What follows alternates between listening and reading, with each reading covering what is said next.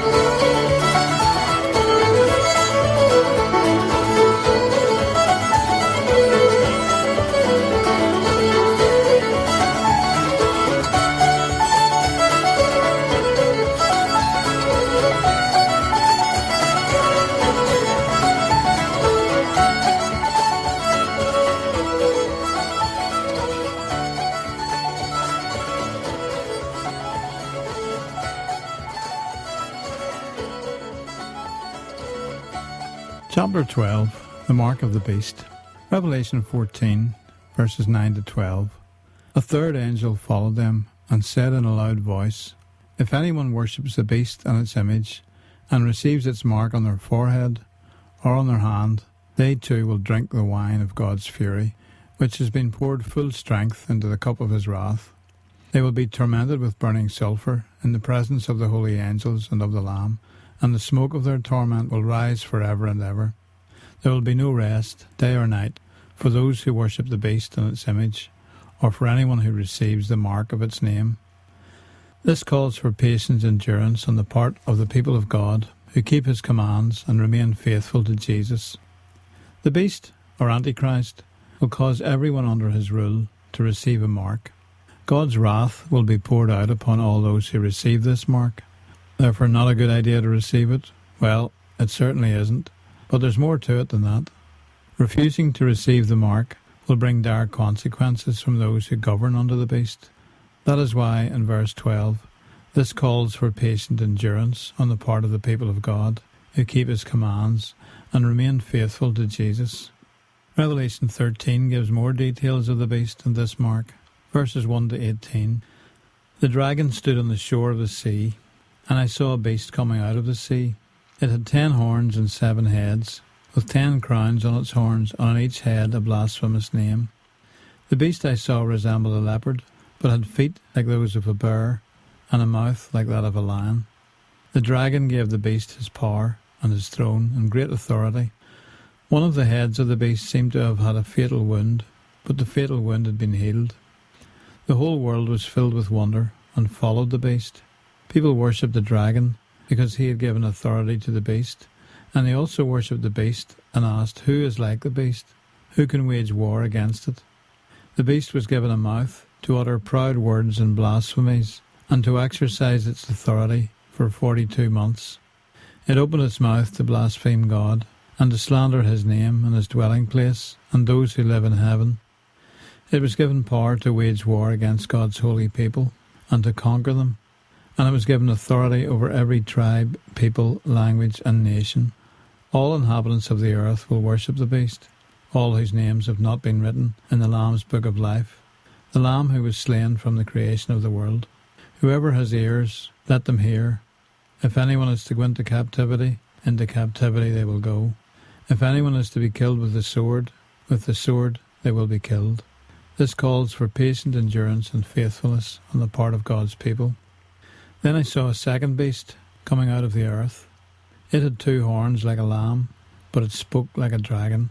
It exercised all the authority of the first beast on its behalf, and made the earth and its inhabitants worship the first beast, whose fatal wound had been healed. And it performed great signs, even causing fire to come down from heaven to the earth in full view of the people. Because of the signs it was given power to perform on behalf of the first beast, it deceived the inhabitants of the earth. It ordered them to set up an image in honour of the beast, who was wounded by the sword and yet lived. The second beast was given power to give breath to the image of the first beast, so that the image could speak and cause all who refused to worship the image to be killed. It also forced all people, great and small, rich and poor, free and slave, to receive a mark on their right hands or on their foreheads, so that they could not buy or sell unless they had the mark, which is the name of the beast, or the number of its name. This calls for wisdom. Let the person who has insight calculate the number of the beast, for it is the number of a man. That number is 666. The man-beast, Antichrist, has characteristics of the leopard, the bear, and the lion, reminiscent of the lion, bear, and leopard of Daniel 7, which represented the empires of ancient Babylon, Medo-Persia, and Greece. He receives great power and authority from the dragon, or Satan. He is an arrogant narcissist. He wants the whole world to worship him, and he will set up the apparatus for this to be carried out. He appears to have been fatally wounded, then healed, causing the world to be filled with wonder at him. His right-hand man, the false prophet, will do great signs and wonders to deceive and convince the world that they should worship the beast. Those who don't know any better will be forced to fall down before an image of himself on pain of death if they refuse. Not only that, but they are forced to receive a mark to signify that they worship the beast. Without this mark, no one will be able to buy or sell.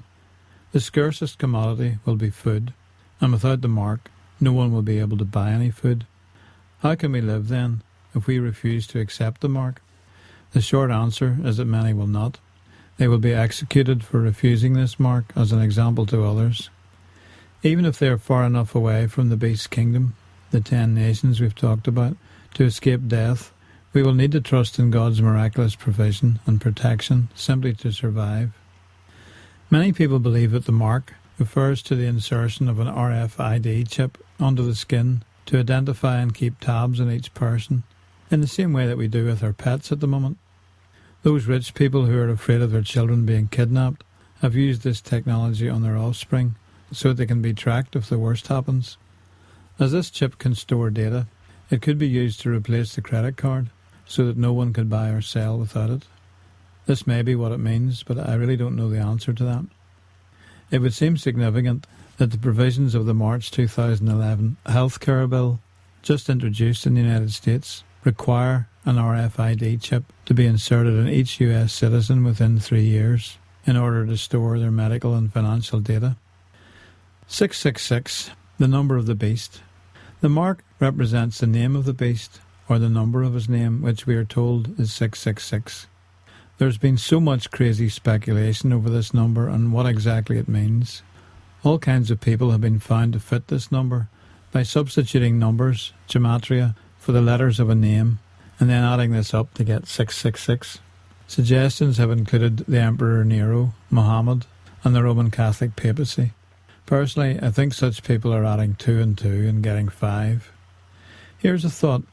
Where is the very first place to look for this number? Would that not be in the Hebrew Scriptures themselves? Does this number ever appear anywhere else apart from the Revelation? Yes, it does. 3 times in total. The number appears in the books of Kings and Chronicles, both stating the exact same information. 1 Kings 10:14 and 2 Chronicles 9:13. The weight of the gold that Solomon received yearly was 666 talents. Well, those verses do contain the number and a name, Solomon. In the third instance, strangely enough, it is also contained in a list of names of families who returned from Babylon. In the books of Ezra and Nehemiah, we have 2 very similar lists, but a few people were born in between the 2 numberings, so there is a little variation. So only in Ezra 2:13 do we read of Adonikam 666. What does this mean? Who is Adonikam? I don't know. It's simply a Hebrew name. But if I come across someone called Adonikam, or even Solomon Adonikam, with apparent political ambitions, I'm certainly going to give him a wide berth. Seriously, all I know is that the scripture says that 666 is the number of a man who is the beast, the Antichrist, and these are the only places in the scriptures where this number appears directly against a man's name. Beautiful Savior, beautiful one, King of the heavens, King of my heart. You know the way, Lord, so lead me on into your kingdom, into your arms. In you I'm safe, in you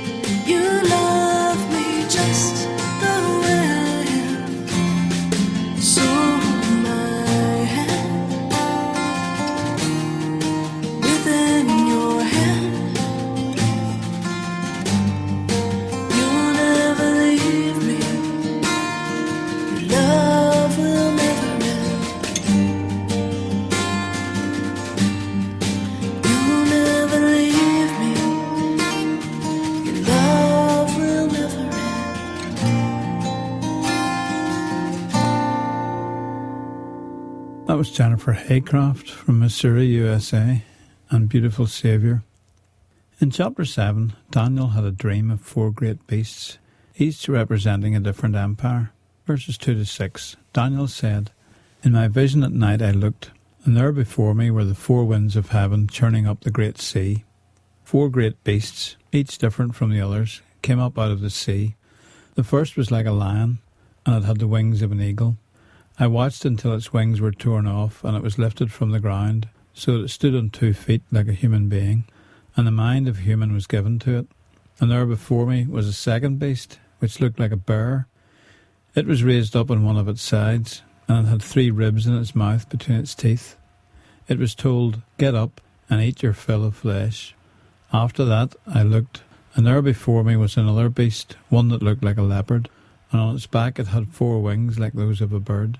This beast had 4 heads, and it was given authority to rule." In a similar way to the Revelation, Daniel's dream describes 4 empires that will rule the known world. He was living in the reign of Belshazzar, king of Babylon. So the first beast represented the empire of Babylon, the second the Medo-Persian empire, and the third the Greek empire, which split into 4 separate kingdoms after the death of Alexander. Daniel 7 verse 7, "After that, in my vision at night I looked, and there before me was a 4th beast, terrifying and frightening and very powerful. It had large iron teeth. It crushed and devoured its victims and trampled underfoot whatever was left. It was different from all the former beasts, and it had 10 horns. The 4th beast was the coming Roman Empire, conquering in all directions, with teeth of iron, similar to the iron toes in Daniel's statue vision. But just as Alexander's Greek Empire, the leopard with 4 wings and 4 heads, divided into 4 kingdoms, so this empire develops 10 horns, which seems to jump us forward in time to the last days, when the 10 strong nations will give their authority to another ruler, the man who opposes God's law, Torah." Daniel 7 verse 8, "While I was thinking about the horns, there before me was another horn, a little one, which came up among them, and 3 of the first horns were uprooted before it. This horn had eyes like the eyes of a human being, and a mouth that spoke boastfully." Again we have this man speaking boastfully and taking over the authority of the 10 rulers. We learn here that he will uproot 3 of the horns. 3 of these rulers are overcome by force. Perhaps they are appalled by the direction in which the beast is taking the world, and object, only to be put down forcefully. Daniel 7, 9 and 10. "As I looked, thrones were set in place, and the Ancient of Days took his seat. His clothing was as white as snow. The hair of his head was white like wool. His throne was flaming with fire, and its wheels were all ablaze. A river of fire was flowing, coming out from before him. Thousands upon thousands attended him. 10,000 times 10,000 stood before him. The court was seated, and the books were opened." The final outcome will be the destruction of the man-beast and the end of his kingdom. Instead, the kingdom of God will take over. Daniel 7, 11 to 14. "Then I continued to watch because of the boastful words the horn was speaking. I kept looking until the beast was slain, and its body destroyed and thrown into the blazing fire. The other beasts had been stripped of their authority, but were allowed to live for a period of time. In my vision at night I looked, and there before me was one like a son of man, coming with the clouds of heaven. He approached the Ancient of Days, and was led into his presence. He was given authority, glory, and sovereign power. All nations and peoples of every language worshipped him. His dominion is an everlasting dominion that will not pass away, and his kingdom is one that will never be destroyed." The Son of Man is a common description of the Jewish Messiah, and was the title Yeshua used most often to describe himself. Notice that although he is the Son of Man, he is actually worshipped by people of every nation. His kingdom will continue forever. Daniel asks Gabriel for more explanation about this 4th beast, the 10 horns and the little horn. Daniel 7, 21 and 22. "As I watched, this horn was waging war against the holy people and defeating them, until the Ancient of Days came and pronounced judgment in favour of the holy people of the Most High, and the time came when they possessed the kingdom."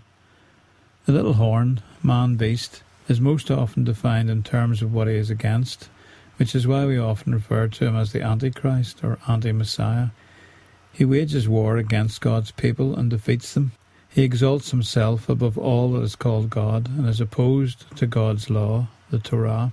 Daniel 7:23-27. He gave me this explanation. The fourth beast is a fourth kingdom that will appear on earth. It will be different from all the other kingdoms and will devour the whole earth, trampling it down and crushing it. The 10 horns are 10 kings who will come from this kingdom. After them, another king will arise, different from the earlier ones. He will subdue 3 kings. He will speak against the Most High and oppress his holy people and try to change the set times and the laws. The holy people will be delivered into his hands for a time, times, and half a time. But the court will sit, and his power will be taken away and completely destroyed forever. Then the sovereignty, power, and greatness of all the kingdoms under heaven will be handed over to the holy people of the Most High. His kingdom will be an everlasting kingdom, and all rulers will worship and obey him. Not only will the Antichrist exalt himself and speak against the Most High and oppress his people, but he will try to change the set times and the laws. This is what the Roman Emperor Constantine did in 385 AD, when he changed the Sabbath, Shabbat, to Sunday, and replaced the biblical Jewish feasts, Passover and Hanukkah, for instance, with the pagan festivals, sun god worship, of Easter and Christmas. Unfortunately, over the centuries, Christianity has continued to take these pagan celebrations on board and distance themselves from the biblical feasts ordained by God in the Scriptures. Most Christians are not even aware of the horrible pagan origins of the festivals we celebrate. But thankfully his time is limited. He will halt the sacrifices in the middle of the 7, halfway through the 7-year period of his reign. In this passage, that time span is referred to as a time, times, and half a time, 3.5 years. Over and over in the book of Daniel and in the Revelation, we find this 3.5-year period referred to in several different ways. In the midst of the 7, he will cut off the sacrifice, Daniel 9:27. The holy people will be delivered into his hands for time, times, and half a time, Daniel 7:25. The nations will trample the city for 42 months, Revelation 11, verse 2. The 2 witnesses will prophesy for 1260 days, Revelation 11:3. The woman, Israel, will be hidden in the desert for 1260 days, Revelation 12:6. And also for time, times, and half a time, Revelation 12:14. And the beast will have authority to act for 42 months. These scriptures all refer in different ways to the same period of time. Halfway through the week, 7 equals 3.5 years, equals 42 months, equals 1260 days, using the Jewish calendar with 30-day months. The prophetic scriptures are making something very clear here, that this is a very specific period of time. Daniel has still more to say about this man. In chapter 8 he has a vision of a battle between a ram with 2 horns and a goat with 1 single horn, which shatters the horns of the ram, knocks it to the ground and tramples it. At the height of his power, the horn is broken off and 4 prominent horns take its place. The angel Gabriel tells Daniel that the ram represents the kings of Media and Persia, being defeated by the king of Greece, who at the height of his power will be cut off. Daniel 8:22. The 4 horns that replaced the one that was broken off represent 4 kingdoms that will emerge from his nation, but will not have the same power. Daniel's vision continued. Daniel 8:9-14. Out of one of them came another horn, which started small, but grew in power to the south and to the east and toward the beautiful land. It grew until it reached the host of the heavens, and it threw some of the starry host down to the earth and trampled on them. It set itself up to be as great as the commander of the army of the Lord. It took away the daily sacrifice from the Lord, and his sanctuary was thrown down. Because of rebellion, the Lord's people and the daily sacrifice were given over to it. It prospered in everything it did, and truth was thrown to the ground. Then I heard a Holy One speaking, and another Holy One said to him, How long will it take for the vision to be fulfilled? The vision concerning the daily sacrifice, the rebellion that causes desolation, the surrender of the sanctuary, and the trampling underfoot of the Lord's people. He said to me, It will take 2,300 evenings and mornings. Then the sanctuary will be reconsecrated. This small horn grows out of one of the 4 Greek kingdoms that developed out of Alexander's empire, specifically the northern Seleucid or Syrian kingdom. In 170 BC came a Seleucid king called Antiochus IV Epiphanes, a Greek ruler who hated the Jews and went to war against Israel. Eventually he entered the temple and desecrated it, halting the sacrifice and slaughtering a pig, an abomination, upon the altar. Sacrifices were not restored until 164 BC, exactly 3.5 years after the desecration, and the Jewish feast of Hanukkah has commemorated this restoration ever since. These events are recorded in the book of Maccabees in the Apocrypha. Although this prophecy has already been fulfilled once by Antiochus, the angel Gabriel makes it clear to Daniel that there will be a future fulfillment, and this is backed up by Yeshua's teaching on Daniel. Daniel 8:17. As he came near the place where I was standing, I was terrified and fell prostrate. Son of man, he said to me, understand that the vision concerns the time of the end. Gabriel expands the description of the man-beast rule in Daniel 8, verse 23 to 26. In the latter part of their reign, when rebels have become completely wicked, a fierce-looking king, a master of intrigue, will arise. He will become very strong, but not by his own power. He will cause astounding devastation and will succeed in whatever he does. He will destroy those who are mighty, the holy people. He will cause deceit to prosper, and he will consider himself superior. When they feel secure, he will destroy many and take a stand against the Prince of Princes. Yet he will be destroyed, but not by human power. The vision of the evenings and mornings that has been given you is true, but seal up the vision, for it concerns the distant future. The evenings and mornings time period given here, 2,300 days, is not about the length of time of the Antichrist's rule. It also includes the time taken to cleanse the sanctuary, which will take a certain period of time after the Antichrist is wiped out. Daniel 8:13 and 14. The rock, which represents the kingdom of God, strikes the statue on the feet of iron and clay, and the whole statue is then destroyed, and the pieces swept away without leaving a trace. The world empire of the Antichrist will be destroyed by the coming of the Messiah's kingdom, and these empires will never rise again.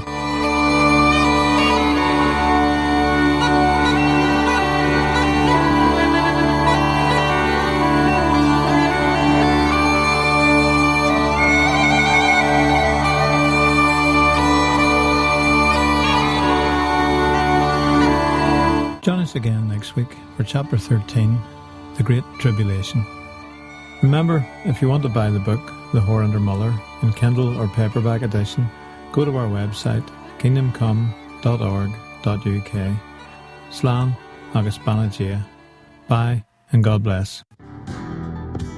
This series is produced by Precious Oil Productions for Kingdom Come Trust. For more information about the series, Bible notes and recordings of previous talks, check out our website at www.kingdomcome.org.uk or write to PO Box 200, Belfast, Northern Ireland, BT 23 7TZ.